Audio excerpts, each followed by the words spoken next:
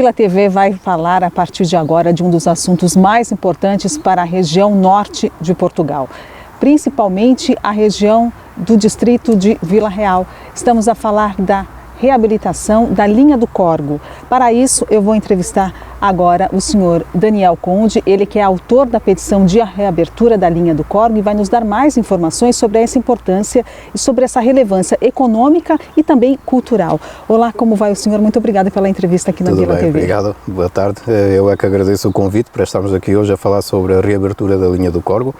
É um processo que não está a começar agora, já está há vários anos a dar passos importantes. O mais importante de todos, em 2022, a sua inclusão no Plano Ferroviário Nacional e na sua totalidade, ou seja, Régua, Chaves, não por pedaços, não por bocados, não apenas por interesses meramente turístico, não, estamos a falar de toda a linha do Corgo, os 96 km desde a Régua até Chaves. Que é considerada como se fosse uma coluna dorsal do distrito de Vila Real, né? É uma verdadeira coluna dorsal de todo o distrito de Vila Real, porque une a raia de Chaves, a raia com a Galiza. Aliás, a Chaves forma uma eurocidade com a vizinha cidade galega de Verim, portanto liga toda essa zona raiana até ao coração, a capital honorária do Douro Vinheteiro, que é o Peso da Régua, passando por uma das zonas mais importantes do Douro Vinheteiro, Património da Humanidade, que é o Baixo Corgo, passando por várias explorações de granito, que temos aqui na Serra da Falperra, já aqui bem próximo, e também na zona da Guiar, e passando por uma das mais extensas e mais famosas zonas termais de todo o país, que é o eixo formado pelas estâncias termais de Pedras Salgadas, Vidago e Chaves. Portanto, é uma verdadeira coluna dorsal que serve o distrito inteiro. Estamos a falar de 66 mil habitantes diretamente servidos pela linha do Corgo, ou seja, contando apenas os habitantes das freguesias atravessadas pela linha do Corgo. 21 freguesias, 30 estações? Exatamente. 66 mil habitantes, mas isto sem contar, por exemplo, com a proximidade de vilas, como seja as vilas de Lordelo, a vila e sede de Concelho de Santa Marta de Penaguião, a vila de Ribeira de Pena, que fica também bastante próxima de Vila Pouca da Guiar e pode ser servida indiretamente pela linha do Corgo, mais a vila de Boticas, também sede de Concelho, que fica bastante próximo de Vidago. Portanto, estamos a falar aqui de uma zona bastante extensa e bastante habitada, ao contrário do que os vários tabus que foram sendo introduzidos ao longo dos anos sobre vias como uma linha do Corgo, dizem que não servia porque as estações ficam longe das populações. Isso é uma total mentira. Não só fica perto das populações, ficam inseridos nos núcleos habitacionais, como servem também diretamente várias infraestruturas civis, sociais, de especial relevância, como por exemplo, aqui bem perto de nós, o Centro de Saúde de Mateus. A linha passa a 100 metros do Centro de Saúde de Mateus, ela é centralíssima em Vila Pouca da Guiar, a estação fica a 5 minutos da Câmara Municipal, do Tribunal, das escolas, do mercado, do Centro de Saúde também, tal como em Vidago, tal como em Chaves. O Hospital de Chaves é ladeado pela linha do Corgo, ou seja, com um novo apiadeiro no Hospital de Chaves, uma pessoa sai do comboio, sai do apiadeiro e já está no Hospital de Chaves.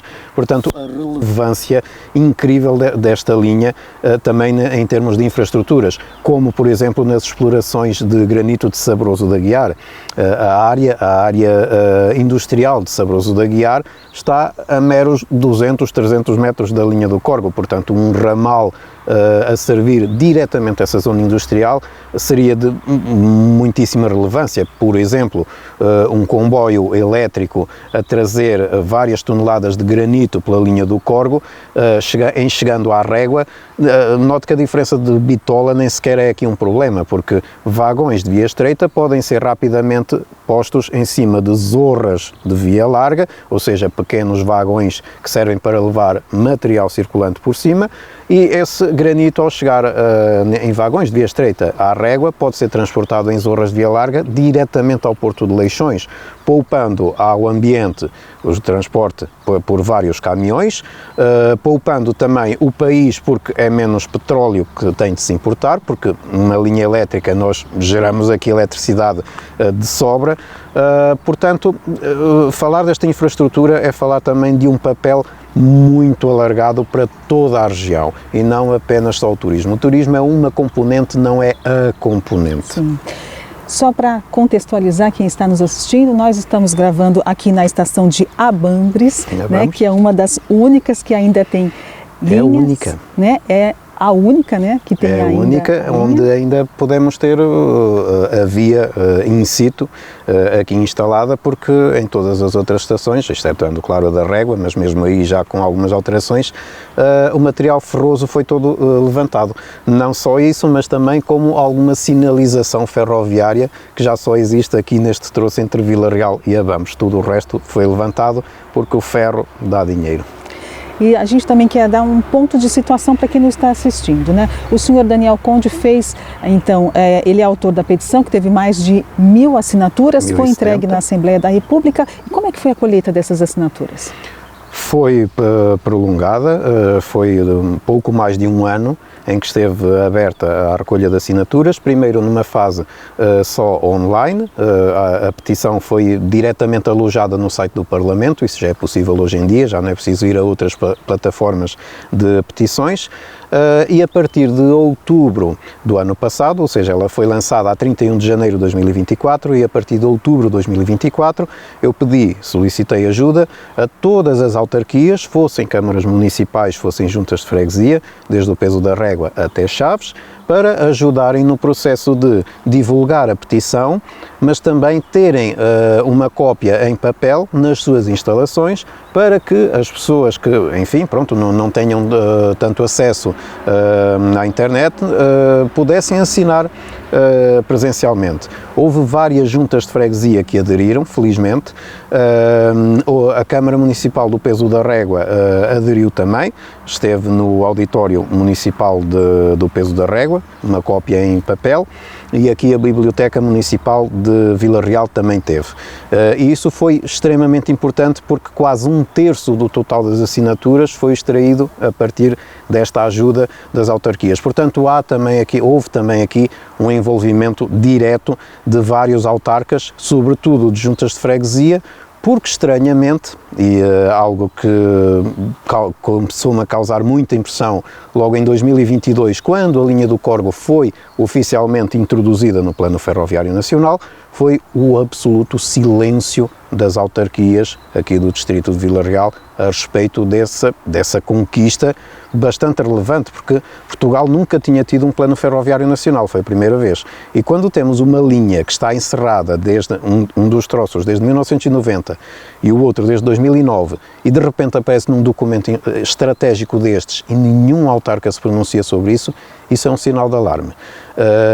E para a recolha de assinaturas aqui na petição também, as câmaras municipais de Santa Marta de Penaguião, Vila Real, Vila Pouca de Aguiar e Chaves não responderam a um único e-mail meu de solicitação de ajuda, não participaram, não quiseram dar aos seus cidadãos, aos seus munícipes, a hipótese de assinarem esta petição presencialmente nas suas instalações. Lamento muito isso, mas a Marcha do Progresso não se compadece de pessoas que não queiram participar nele. A Marcha do Progresso encontra sempre alguma forma de caminhar, de andar para a frente. E felizmente houve esse conjunto de autarquias, de juntas de freguesia, mais a Câmara Municipal do Peso da Régua, que sim senhor, chegaram-se à frente e perceberam a importância estratégica, a importância histórica do momento de ser agora, de atuar, andar para a frente e ajudar a cimentar esta obra no conjunto de obras estratégicas do país. Foram 1.096 assinaturas? 1.070, foram 1.070 assinaturas,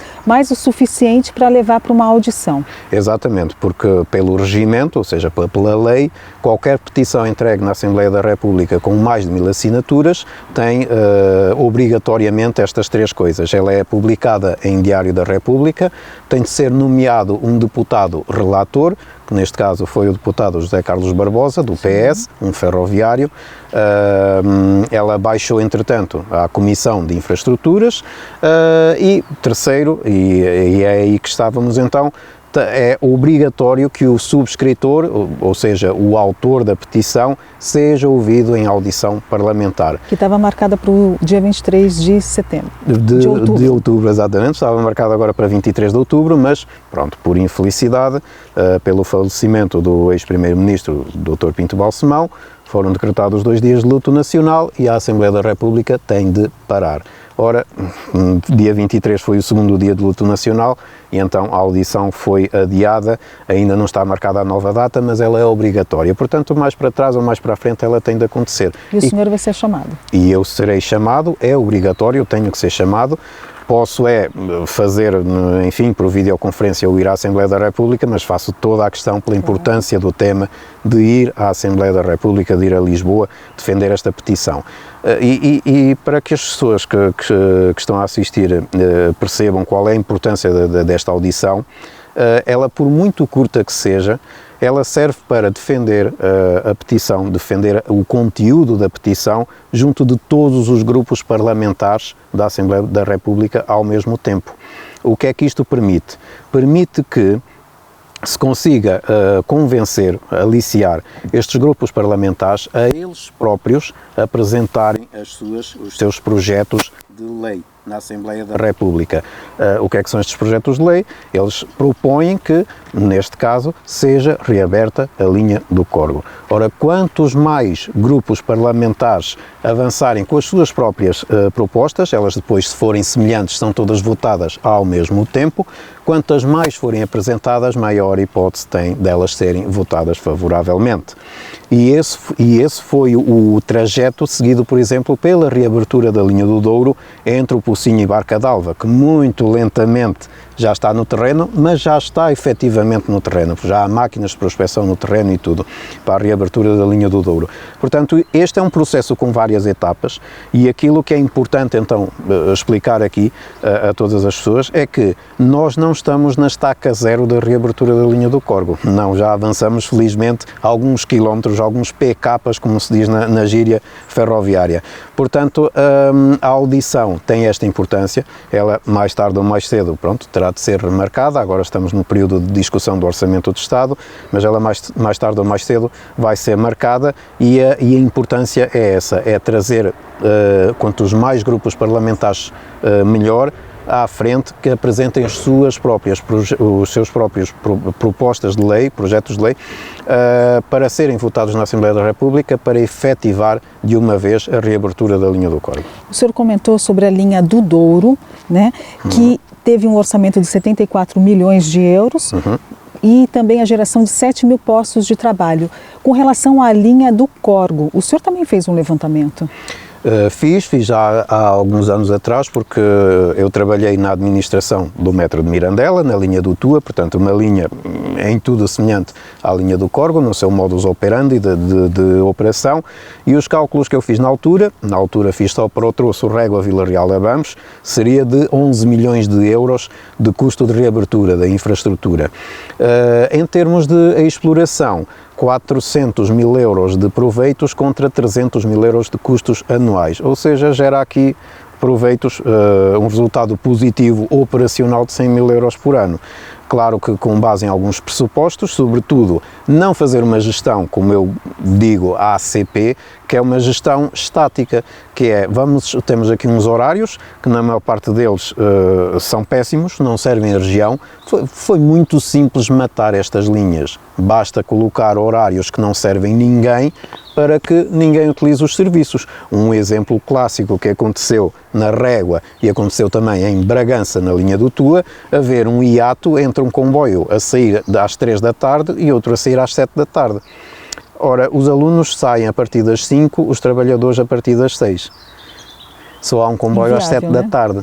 Portanto, foi muito fácil matar estas linhas económicas, não é economicamente, é financeiramente, porque é fácil matar a procura, assim.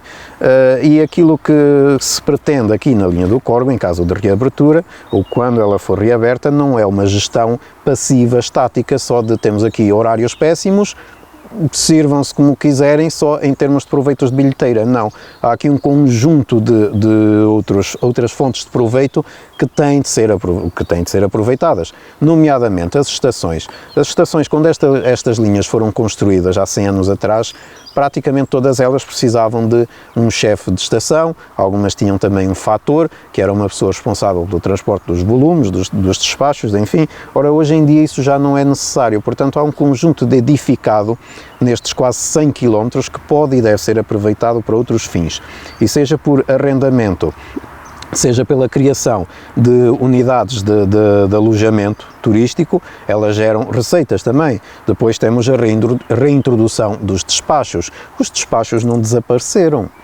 As empresas de caminhonagem que operam aqui na região, os expressos que vão para o Porto, que vão para Lisboa, eles continuam a levar despachos, os despachos não desapareceram, apenas foram completamente transferidos da ferrovia para a rodovia, com um custo mais caro, evidentemente, porque transportar por ferrovia tem um custo por quilómetro e tonelada mais barato do que transportar pela rodovia. Isto é um facto indesmentível. E, portanto, aquilo que se defende também não é um regresso ao modelo ruinoso da década de 80. Mesmo porque, sem cortar o senhor, mas já encaixando nessa sua pergunta, nessa sua resposta, é que o governo falou que não seria uma opção viável devido aos tempos de viagem não competitivos ao transporte rodoviário. Então, haveria também a necessidade de modernização. Sim, esse argumento é altamente falacioso e mesmo enganoso, por várias razões. É falacioso porque quem defende, como eu, a reabertura da linha do Corgo, não está aqui a defender um modelo e uma linha e um traçado ipsis verbis igual àquele que existia no tempo de encerramento. Mas também não é preciso criar uma linha inteiramente nova. Veja-se o caso de outra infraestrutura que temos aqui bastante próxima de nós, que é a A4, a autoestrada A4. Ela, desde Vila Real até Bragança e até à fronteira com a Espanha, em Quintanilha, ela mais não é do que um upgrade, chamemos-lhe assim, desculpem o anglicismo, um upgrade do IP4. Ela não foi construída de raiz, esta autoestrada. Ela foi aproveitou em muito, 90%, para termos aqui um número mais ou menos próximo, em 90% o traçado já existente do IP4.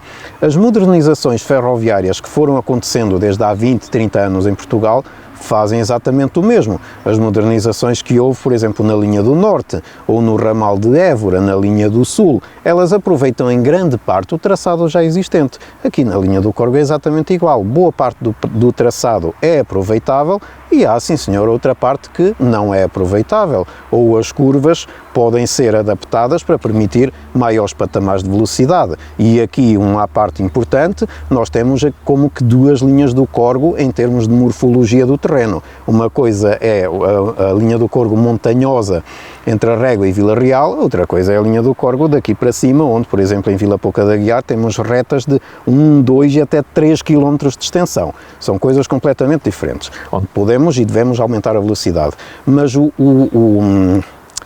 argumento mais enganoso, mais venenoso, permitam uma expressão, enfim, quem do governo ou das autarquias também diz que não, reabrir a linha do Corgo não, porque os tempos de viagem não são competitivos. Primeiro, isso é falso porque, enfim, bastava a linha do Corgo, ou os comboios na linha do Corgo, terem uma velocidade média de 50 km por hora, 50, para uma viagem direta entre a Régua e Vila Real demorar exatamente tanto tempo como outra qualquer viagem pelas estradas entre a Régua e Vila Real. Mais barata. Era e mais barata, e mais segura, e mais cómoda, e mais tudo.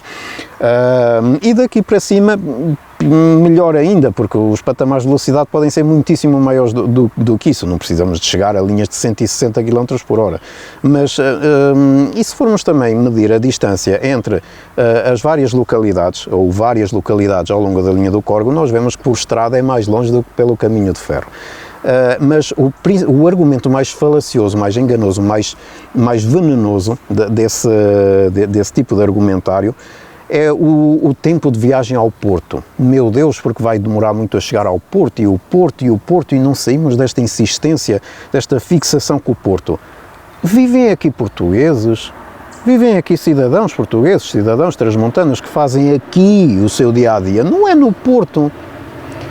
Essas pessoas que defendem este tipo de argumentário esquecem-se completamente que há pendulações exclusivamente intrarregionais, não são interregionais, são intrarregionais. São os alunos que vão das aldeias para as escolas, são os trabalhadores que vão das aldeias para as escolas, são as pessoas que vêm aos centros de saúde, são as pessoas que vêm ao mercado. A essas pendulações diz zero, ou concerne zero, o tempo de viagem daqui ao Porto. É claro que isso é importante também, mas aí felizmente, ou para isso felizmente, temos outra obra inserida no Plano Ferroviário Nacional, que será uma linha, pronto, dizem de alta velocidade, mas eu não acredito que seja de alta velocidade, mas isso é uma discussão à parte, do Porto a Vila Real, Bragança, Zamora, por aí afora. E essa sim deve-se preocupar com o tempo de viagem ao Porto. Não é a linha do Córrego que se tem de preocupar. Essa aí é para atender também quem mora aqui. Exatamente. A mobilidade de quem mora aqui. E acaba por ser bastante importante a linha do Córrego, a reabertura da linha do Córrego, até nesse contexto dessa nova linha entre o Porto e Bragança e Zamora, porque elas vão ser complementares uma à outra, vão se alimentar uma à outra. Quem queira ir de Chaves para o Porto pode vir de comboio até Vila Real, na estação de alta velocidade de Vila Real, continua o seu percurso até ao Porto, ou seja, elas vão ser interdependentes uma da outra, vão criar sinergia, ou seja, é mais um ponto a favor para se discutir seriamente a reabertura da linha do Córrego. Portanto, recapitulando, o tempo de viagem ao Porto, muito sinceramente, é de quem se está completamente, desculpem o termo, marimbando para as pendulações diárias intrarregionais, e nós temos várias queixas de pessoas no troço Régua Vila Real, que foi aquele que perdeu o comboio há menos tempo, de que estão pessimamente servidas pelos autocarros de substituição. Têm menos lugares, são mais caros, não têm tanta frequência, não passam aos sábados, domingos e feriados, o comboio rompia sempre, as estradas são perigosíssimas, sobretudo no inverno com as geadas, o comboio rompia sempre. Portanto, essa questão dos tempos de viagem não serem competitivos é absolutamente falaciosa. Estão a partir de pressupostos completamente errados. Nós queremos uma linha do Córrego que seja modernizada, que seja revista, não é preciso uma linha inteiramente nova, mas é preciso sim rever os patamares de velocidade e o material circulante que se põe aqui, porque na década de 80, os últimos comboios a chegar a Chaves ainda eram carruagens de madeira da década de 20, vindas da Alemanha como compensação de guerra da Primeira Guerra Mundial. E era assim que se servia aos transmontanos, com carruagens de madeira de terceira classe com aquecimento a brasas. Inclusive, dos pedidos também dessa petição é um cronograma exequível e conciso. Exato. Isso porque a confiança hoje em dia na palavra da Infraestruturas de Portugal é bastante fraca, como qualquer pessoa que acompanha os desmandos da Ferrovia Nacional há de compreender. Os atrasos brutais na linha da Beira Alta, na linha do Oeste, na linha do Algarve, etc, etc. Então queremos desde logo uma garantia de que temos aqui um cronograma e as obras são para durar X tempo. Com este calendário vão começar as obras aqui, vão prosseguir e X meses para isto e Y meses para aquilo. Aqui até estou a lembrar-me de outra questão extremamente relevante, que é também o descrédito, talvez, da própria população nas condições em que esta reabertura pode acontecer. Porque circula o boato, e eu tenho levado com este boato várias vezes, de que não é possível porque já há prédios construídos em cima da linha. Isso é falso, de logo à partida. Mas há aqui uma questão bastante interessante, e essa sim que devemos discutir, que é, por exemplo, em Vila Pouca de Aguiar, todo o canal ferroviário foi transformado em arruamento. Então as pessoas dizem, pronto, é impossível voltar a passar aqui o comboio. Nada mais errado. Na Suíça e na Itália é absolutamente comum linhas de via estreita, de bitola métrica também, a entrarem nos arruamentos das vilas e das cidades. Isso acontece, por exemplo, na cidade italiana de Tirano, na linha que vai até Saint-Moritz, na Suíça, onde o comboio mal sai da estação e já está a passar pelos arruamentos da cidade até finalmente muito mais lá à frente, 2, 3 km à frente, ter canal, só seu canal ferroviário. Portanto, não há questão nenhuma e também não há nenhum impedimento em termos de engenharia, de execuibilidade da obra, de a linha ser reaberta outra vez. E em troços onde a própria autoestrada A24 destruiu o canal ferroviário, porque isso aconteceu, por exemplo, em Fortunho e em Vilarinho das Paranheiras, onde a autoestrada, enfim, comeu parte do canal ferroviário, quer dizer, estamos a falar de um canal de 3 metros de largura, onde é perfeitamente execuível voltar a romper ou criar um canal novo para isso. Nós estamos neste momento quase a concluir, nós Portugal, quase a concluir o corredor internacional sul, que vai de Évora até Elvas, e, quer dizer, ele ocupa bastante mais espaço do que meros 3 metros que ocupa uma via estreita. Portanto, mesmo aí é preciso também explicar às pessoas que é perfeitamente execuível reabrir a linha do Corgo, não há impedimento absolutamente nenhum para que isso aconteça.